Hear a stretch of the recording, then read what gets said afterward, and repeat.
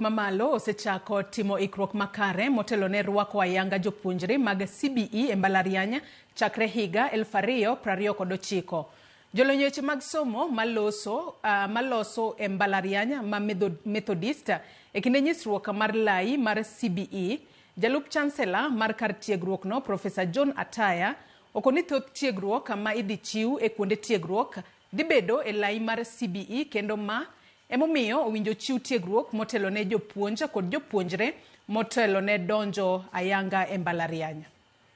So the training program for teachers is so practical that the teachers are able to roll it out or to do the same in class.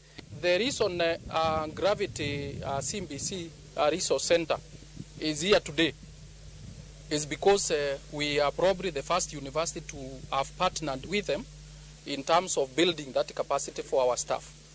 From the training, of course, we are setting up our own model center that will be able now to use so that we scale the training. Many of our schools are compliant with CBE and education.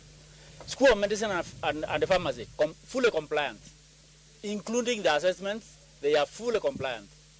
Okay? School of Computing and Informatics, compliant.